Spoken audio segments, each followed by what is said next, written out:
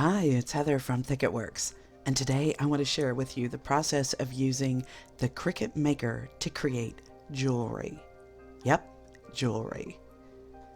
These demonstration pieces are inspired by the medieval atmosphere of the abandoned boudoir diorama, but they're full-size pieces that you can actually wear. However, they're made from lightweight chipboard. As you know, I love and use the Cricut Maker, but any electronic cutting machine that can handle lightweight chipboard will be able to cut this project for you. It's made up of layers. As you can see, the backing for the pendant is 3 layers, and then this piece, which I think of as the bezels, is made up of 4 layers to create a nice deep well. Now we have sets of 2 each of these tiny little floor designs, and they're sized to fit right inside of these bezels. You don't have to use them that way, but you can if you want to. Now we have 3 sets of 3 of these slightly larger fleur-de-lis designs. They can be used as dangles here or in a bracelet. These largest fleur designs are meant to be used as earrings, and then they have these little droplet-shaped pendants that dangle beneath. When it's all assembled, it'll look like this. Let's start with the fleur earrings. I'm using Zig 2-way glue. I've really come to appreciate how this helps the workflow of laminating these layers of chipboard together.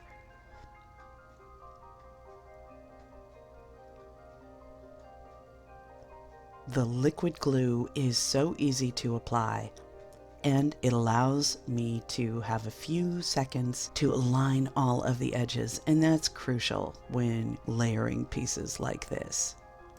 Next, I'll be stacking together the 3 layers of the teardrop-shaped pendants. A needle tool is really helpful when working with these tiny components. There. A heavy weight on top, and it's time to move on to the little bitty tiny fleur-de-lis pattern. These are intended to be stacked in layers of 2 thicknesses. Zig glue is applied to one side, and then an additional fleur shape is placed on top, and a weight is added. Okay, these are the mid-sized fleur dangles. Glue 3 pieces together for each completed dangle.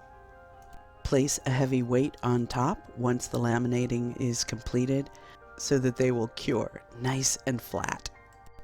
Here are the backing pieces. There are 3 of these, and they get layered one on top of the other. Using 1, 2, 3 blocks to weight these pieces while they cure is super helpful, but even a stack of heavy books will do the job. These 4 pieces create the bezels on the front of the pendant. And again, it's 4 layers here. The idea was to provide deep enough recesses here that you can fill them with anything you would like. Once all of the pieces have cured, it's time to harden the exteriors using super glue.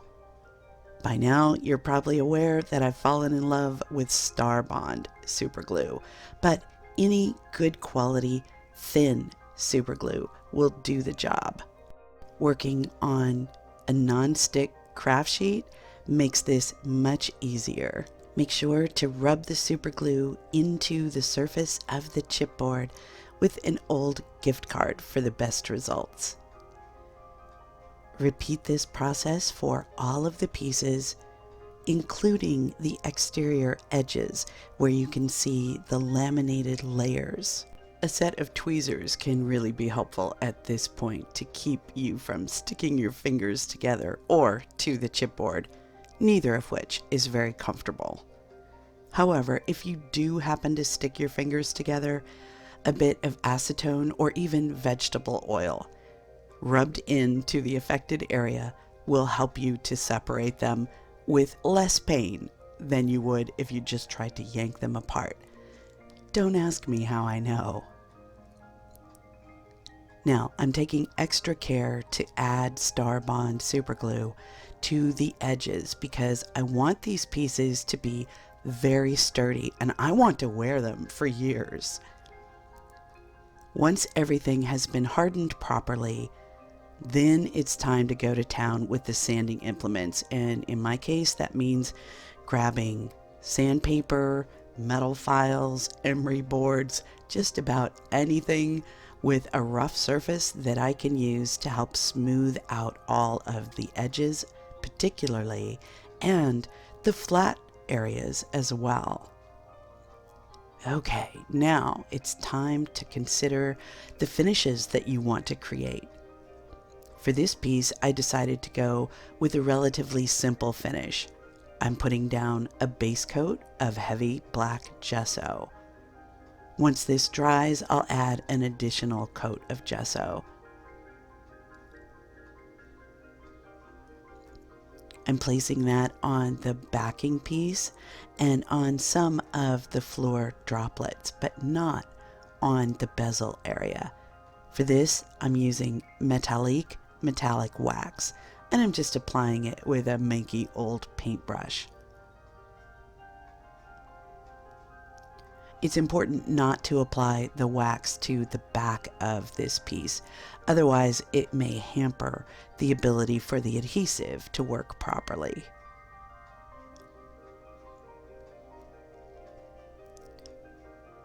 Now, to give this an antique gleam, I'm buffing it against a piece of microfiber cloth. I prefer that worn look. You may not.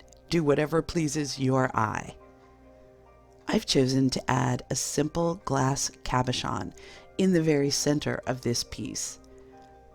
And I'm just adding the metallic wax on the back of the cabochon until it reaches the proper intensity. Now I'm coating this piece entirely with triple thick gloss glaze applied with a paintbrush.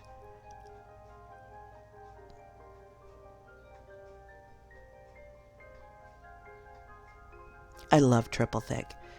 It's relatively inexpensive, it gives you the shininess of a resin, but it's a water-based product. Okay, now I'm gluing down the bezel using triple thick. I'm putting a lot of weight on top.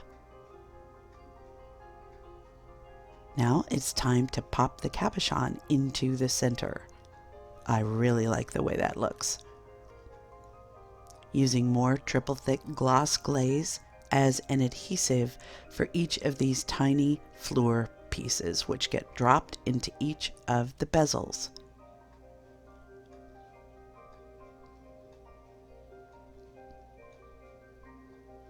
Yep, I'm really liking the way this looks. I think I'll add a few faux sticky backed pearls. These are the 3mm size. They're really easy to work with because, of course, they have sticky backs already. So all you have to do is place them and press them down. I'm adding a few of the pearls to the earring pieces as well as the dangles. And I'm also going to be adding a few rhinestones.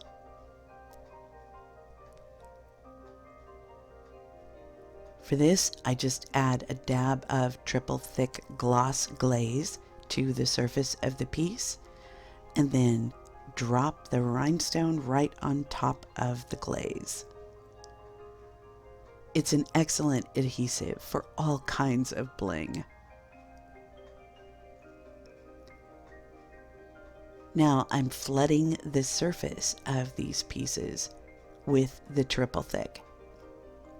You could, of course, use UV resin instead, but I wanted to do a comparison between the two types of finishes. So for this piece, I'm using triple thick everywhere. Now, be warned that If you decide to use triple thick, when you first apply it in a thick layer, it turns this sort of ghostly color of blue. It can look a little weird at first, but if you're just patient and allow the triple thick to cure, and sometimes for more than 24 hours depending on the depth of the finish, that blue cast will disappear completely.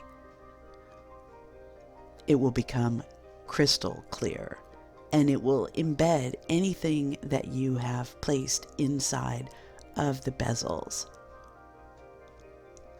leaving a finished piece that looks as though resin has been applied. To prevent anything from landing on the smooth surface, I'm just covering the piece with a plastic box during the curing phase. After 24 hours, the piece is 90% cured. There's still a tiny bit of blue cast to the deepest parts of the triple thick, but where it has been applied more thinly, you can now appreciate the crystal clarity of the finish. This piece has been finished with UV resin. All the processes are similar, the adding of the pearls and rhinestones. The only difference is the material that's been used to coat them and fix them in place. I'm using a little UV flashlight here to speed the curing process up.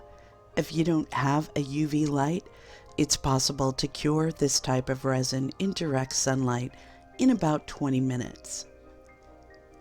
I'm working in layers, adding several of the sticky backed pearls and then flooding the surface with a little more of the UV resin and using a micro brush to spread it around. I want to make certain to coat all of the exposed surfaces here. And the finished piece has a really intense clarity. Yep, and it's impervious to water. Now, here's the triple thick piece again. It's very pretty. It's not quite as sturdy as the UV resin piece, and it doesn't have quite the depth or clarity, but it's very close. At this point in the process, you can embellish the pieces in any way that you see fit. I chose to assemble dangles onto this piece using a series of chunky jump rings and adding in a few seed beads as accents.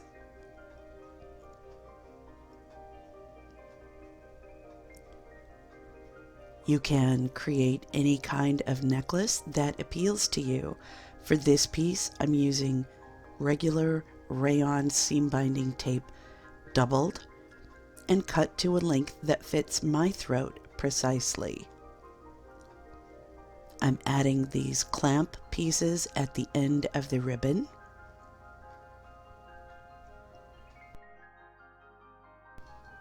And then adding a clasp at the end of each of the clamps.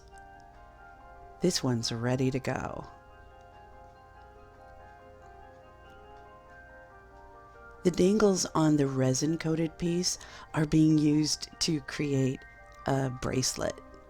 Using resin for this piece makes it possible to wear the bracelet without having to worry about removing it when you shower or wash your hands.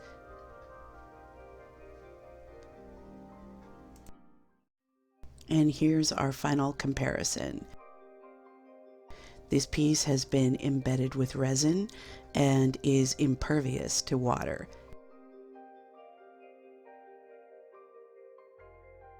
This piece has been finished with triple thick gloss glaze, and although it can withstand getting damp from time to time, it's not a good idea to allow it to get fully immersed in water. Oh, and here's the little bracelet created from the resin finished pieces. I hope that this helps to expand your ideas of what's possible to do with your electronic cutter, whether you use a Cricut Maker, a Silhouette, a Sizzix Eclipse, a Brothers Scan and Cut.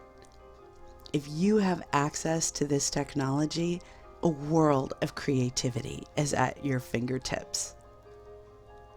As always, thank you so much for hanging out with me today. I hope that this has been useful to you in some way.